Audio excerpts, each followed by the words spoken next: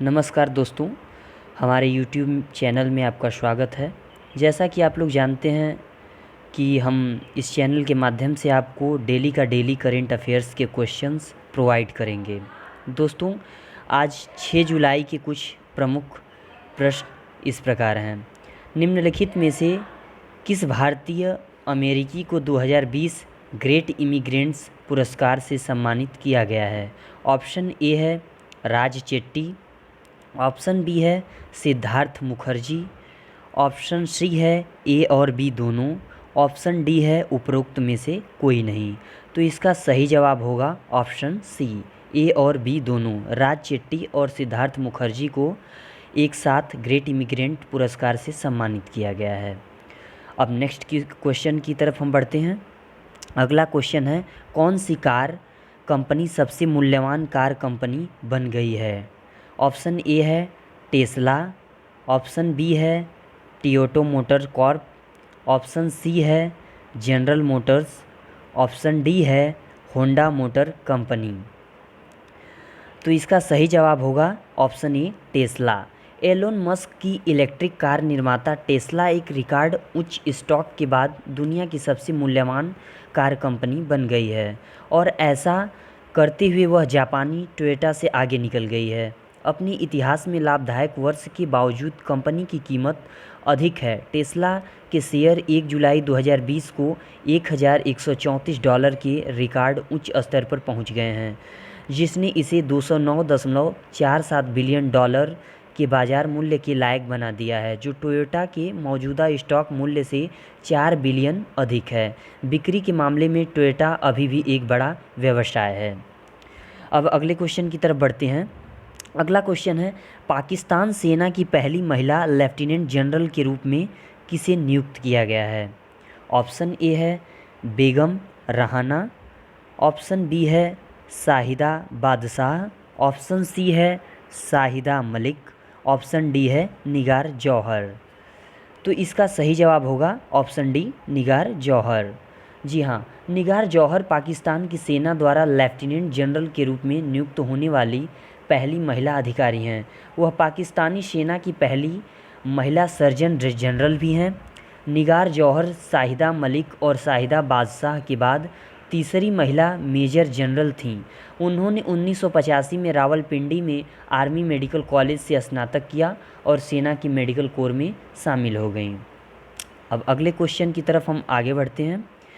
अगला क्वेश्चन है, भारतीय रेलवे द्वारा चलाई जाने वाली सबसे लंबी ट्रेन का नाम क्या है? तो ये हाल ही का प्रश्न है, करंट का।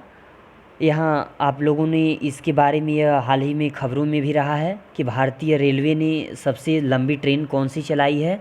ऑप्शन ए है आत्रेया, ऑप्शन बी है आधिरित, ऑप्शन सी है शेषनाग, ऑप्शन डी है अभिरथ। जी हाँ, तो इसका सही जवाब है शेषनाग। 2 जुलाई 2020 को भारतीय रेलवे ने सबसे लंबी 2.8 किलोमीटर लंबी मालगाड़ी चलाकर नया कीर्तिमान रच दिया।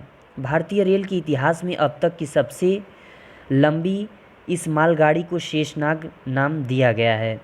इसमें 4 रैंक के कुल 251 खाली डिब्बे और उन्हें खींचने के लिए 4 इलेक्ट्रिक इंजन लगाए गए। इस ट्रेन में 4 गार्ड वैन और 9 इंजन शामिल थे। भारतीय रेल के नागपुर मंडल के दक्षिण पूर्व मध्य रेलवे SECR ने ट्रेन का संचालन किया। इतिहास में पहली बार ऐसा हुआ है कि रेलवे की 100% ट्रेनें समय पर अपने गंतव्य तक पहुंची। रेलवे द्वारा 1 जुलाई को चलाई गई सभी 201 ट्रेनें निर्धारित समय पर अपने गंतव्य पहुंची। अब अगले प्रश्न की ओर बढ़ते हैं। धर्म चक्र दिवस निम्न में से किस दिन मनाया गया? ऑप्शन ए है 2 मार्च, ऑप्शन बी है 4 अप्रैल, ऑप्शन सी है 7 मई, ऑप्शन डी है 4 जुलाई। इसका सही जवाब है 4 जुलाई। भारत सरकार के संस्कृति मंत्रालय के तत्वाधान में अंतर्राष्ट्रीय बौद्ध परिसंघ IBC 4 जुलाई 2020 को धर्मचक्र दिवस के रूप में आषाढ़ पूर्णिमा मना रहा है। यह दिन दुनिया भर के बौद्धों द्वारा धर्मचक्र परिवर्तन या धर्मचक्र के घूमने के दिवस के रूप में भी मनाया जाता है। यह दिन बौद्धों और हिंदुओं दोनों के ही द्वारा अपने अपने गुरु के प्रति सम्मान व्यक्त करने के लिए गुरु पूर्णिमा के रूप में भी मनाया जाता है। अब अगले प्रश्न की ओर बढ़ते हैं। केंद्र सरकार ने किस राज्य में आत्मनिर्भर कार्यक्रम के अंतर्गत फूड पार्कों के ढांचागत सुधार हेतु 4,000 करोड़ रुपए की राशि मंजूर की है? ऑप्शन ए है Bihar, option B Punjab, option C Karnataka, option D Tamil Nadu. इसका सही जवाब है कर्नाटक, ऑप्शन सी कर्नाटक। केंद्र सरकार ने कर्नाटक में आत्मनिर्भर कार्यक्रम के अंतर्गत फूड पार्कों के ढांचागत सुधार के लिए 4,000 करोड़ रुपए की राशि मंजूर की है। राज्य में विकसित 4 फूड पार्कों में बुनियादी ढांचे में सुधार किया जाएगा और अधिक पार्क स्थापित करने के लिए योजनाएं बनाई जाएंगी। राज्य में कृषि स्टार्टअप्स को फूड पार्कों में अपनी इकाइयां स्थापित करने के लिए प्रोत्साहित किया जाएगा। फूड पार्क मलूर, बागलकोट, हिरियूरू और जेवारगी में हैं। फूड कर्नाटक तमिल लिमिटेड को इन पार्कों के प्रबंधन के लिए विशेष रूप से नियुक्त किया गया है। अब अगले प्रश्न की ओर बढ़ते हैं। अगला प्रश्न है, न्यूजीलैंड क्रिकेट टीम के किस बल्लेबाजी कोच ने हाल ही में अपने पद से इस्तीफा दे दिया है?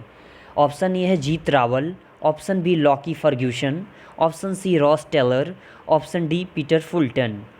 इसका सही जवाब होगा option D Peter Fulton. Peter Fulton ने कैंटरबरी पुरुष टीम का मुख्य कोच बनने के लिए न्यूजीलैंड का बल्लेबाजी कोच पद छोड़ दिया है। न्यूजीलैंड की तरफ से 23 टेस्ट और 49 वनडे खेलने वाले पूर्व अंतर्राष्ट्रीय क्रिकेटर फुलटन अगस्त 2019 में राष्ट्रीय टीम के बल्लेबाजी कोच नियुक्त किए गए थे। पीटर फुलटन अपने करियर में कुल 23 टेस्ट, 49 वनडे और 12 टी20 मुकाबले खेले हैं। पीटर फुलटन के अंतर्राष्ट्रीय करियर का आगाज़ 2004 में बांग्लादेश के खिलाफ हुआ था। उन्होंने 2006 में अपना पहला टेस्ट मैच खेला था। वहीं उन्होंने 2012 में अपना आखिरी अंतर्राष्ट्रीय मैच खेला था। अब अगले प्रश्न की ओर बढ़ते हैं। भारत में कोरोना वायरस कोविड-19 के सबसे बड़े अस्पताल के वार्ड के नाम हाल ही में किसके नाम पर रखने की घोषणा की गई है? ऑप्शन ए है पुलवामा में शहीद सैनिकों के नाम पर, ऑप्शन बी है गलवान घाटी में शहीद सैनिकों के नाम पर, ऑप्शन सी है कानपुर में शहीद पुलिसकर्मी के नाम पर, ऑप्शन डी है पठानकोट में शहीद सैनिकों के नाम पर। इसका सही जवाब है ऑप्शन बी गलवान घाटी में शहीद सैनिकों के नाम पर।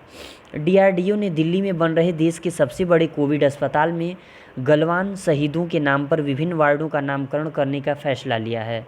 छतरपुर में स्थित इस अस्पताल में एक साथ 10,000 मरीजों को रखने की क्षमता है। इस अस्पताल के मैनेजमेंट की जिम्मेदारी 2,000 से ज़्यादा आईटीबीपी जवानों के पास हैं। प्रधानमंत्री नरेंद्र मोदी ने 3 जुलाई को लद्दाख का दौरा किया था और चीन को एक कड़ा संदेश देते हुए कहा कि विस्तारवाद का युग समाप्त हो गया है। अब अगले प्रश्न की ओर बढ़ते हैं।